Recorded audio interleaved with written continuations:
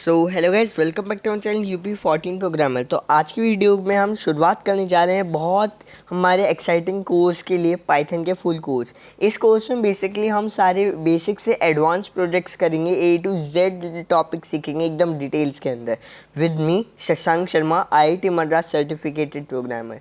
ठीक है, तो इस कोर्स की हम शुरुआत करते हैं। फर्स्ट लेक्चर है हमारे कोर्स का। तो बेसिकली इस कोर्स में आपको इतना बेसिक में भी नहीं बता रहा हूँ कि किसने पाइथन क्रिएट की थी।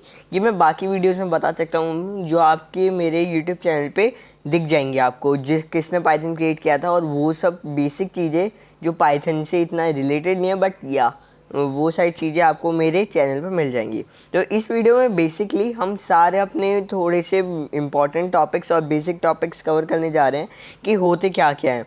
ठीक है, तो इस वीडियो में हम Python syntax, Python comments, Python variable, Python data types और पाइथन नंबर, ये 4-5 चीज़ें हम कवर करेंगे इस वीडियो में। ठीक है, तो ये स्टार्ट करते हैं। स्टार्ट करने से पहले हम इसमें अपना एक टेक्स्ट एडिटर खोल लेते हैं। और ये टेक्स्ट एडिटर मैं यूज़ कर रहा हूँ सबलाइम टेक्स्ट। आप कोई भी एडिटर यूज़ कर सकते हो। अगर आपका जो आपका कंप्यूटर है वो इतना सपोर्ट नहीं करता है, इतना बाहरी एप्लीकेशन रन नहीं कर सकता है, तो ये बेस्ट चीज़ है, बेस्ट एडिटर है जिस पे आप रन कर सकते हो। ठीक है, तो अब ये हम पहले सीखते हैं पाइथन के कमेंट्स। पाइथन के कमेंट्स क्या होते हैं? कमेंट्स सीखने से पहले हम एक फंक्शन सीखेंगे जिसे हम प्रिंट फंक्शन बोलते हैं। ठीक है, प्रिंट फंक्शन का बेसिक कोड होता है, प्रिंट लिख के हम ब्रैकेट्स जब लगा देते हैं तो ये प्रिंट फंक्शन हमारे एक फंक्शंस की तरह मिल जाता है। ठीक है, अब प्रिंट फंक्शन करता क्या है? मैथमेटिकल ऑपरेटर्स, जैसे मैं लिखूँगा अगर 7 और इसे रन कर दूँ, ठीक है, तो हमारे एक पीछे से कंपाइल हो रहा है, रन कर रहा है, आ गया हमारा आउटपुट 79। अगर आप यहाँ देख सकते हो, यहाँ 79 लिखा आ गया। ठीक है, इसे थोड़ा सा बड़ा कर देता हूँ। ठीक है, यहाँ 79 लिखा आ गया है प्यार से। ठीक है, अब भी जैसे इसके अंदर हमने पहले कर लिया मैथमेटिकल ऑपरेटर्स, मतलब plus minus divide multiplication. Divide करके भी दिखा देता हूँ आपको।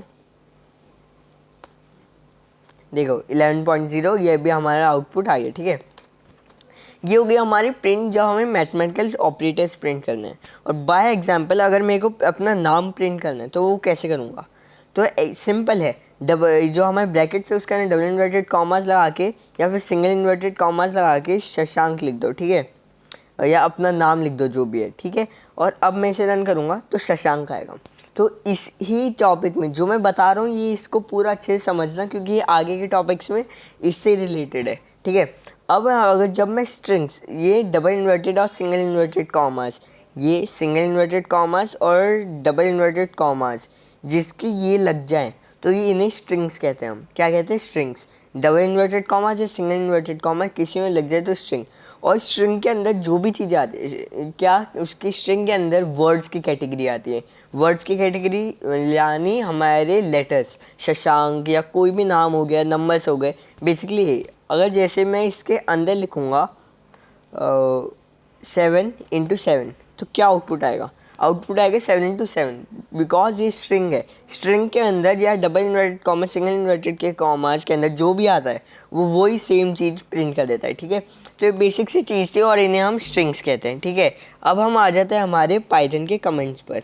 ठीक है, इमेजिन करो जैसे आप बहुत बड़े कोड लिख रहे हो, मतलब आपकी पूरी टीम है और आप बड़े लेवल पे कोड कर रहे हो। तो कोड बेसिक सा है, 2-4 लाइन का तो होगा नहीं, थाउजेंड्स लाइन का होगा। और हर एक लाइन का एक डिफरेंट मीनिंग होगा, या हर एक पैराग्राफ या हर एक कोड के पैच का अलग मीनिंग होगा। उस पैच को डिनोट करने के लिए हम यूज़ करते हैं कमेंट्स। ठीक है, तो एक बार लिख देता हूँ हैशटैग, जैसे मैं लिख देता हूँ प्रिंट फंक्शन। अब मैंने हैशटैग लगा के प्रिंट फंक्शन लिख दिया। जिस भी लाइन के आगे हैशटैग आ गया ना, उस लाइन को पाइथन कंपाइलर जो है इग्नोर मार देता है।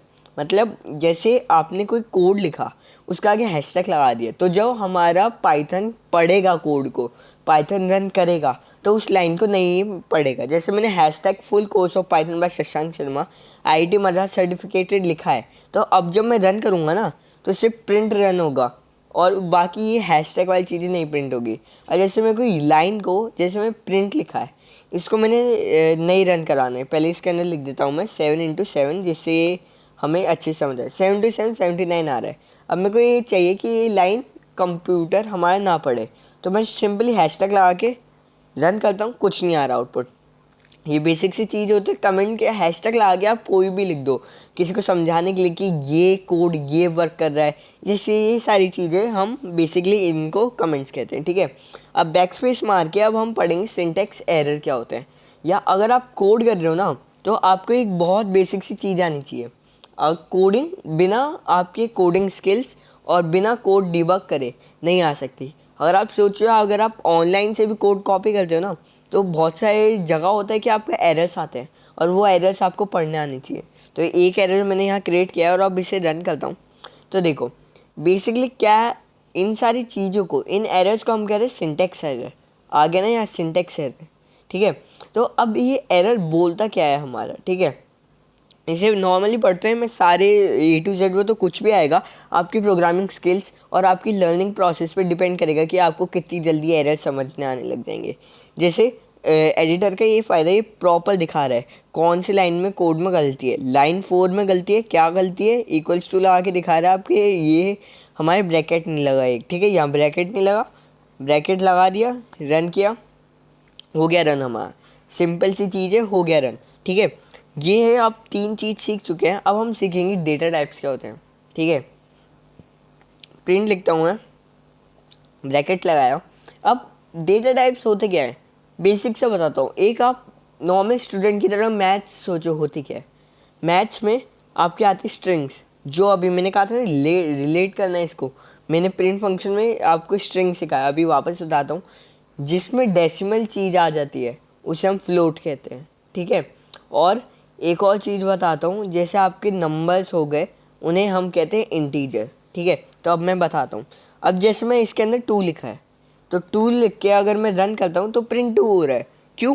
और जितने भी नंबर्स होते हैं ना इसे हम इंटीजर कहते हैं, है ना। नंबर्स को पाइथन या कोडिंग के लैंग्वेज में इंटीजर कहते हैं। और अगर कोई भी वर्ड हो गया, जैसे शशांक हो गया, ठीक है, वेट ए सेकेंड, शशांक हो गया, शशांक एक वर्ड है तो इसे हम स्ट्रिंग के में डिनोट करेंगे, ठीक है। और अगर इसको ही हम बैक स्पेस करके लिख देते हैं सिंपल से 7.0, ये पॉइंट आ गया।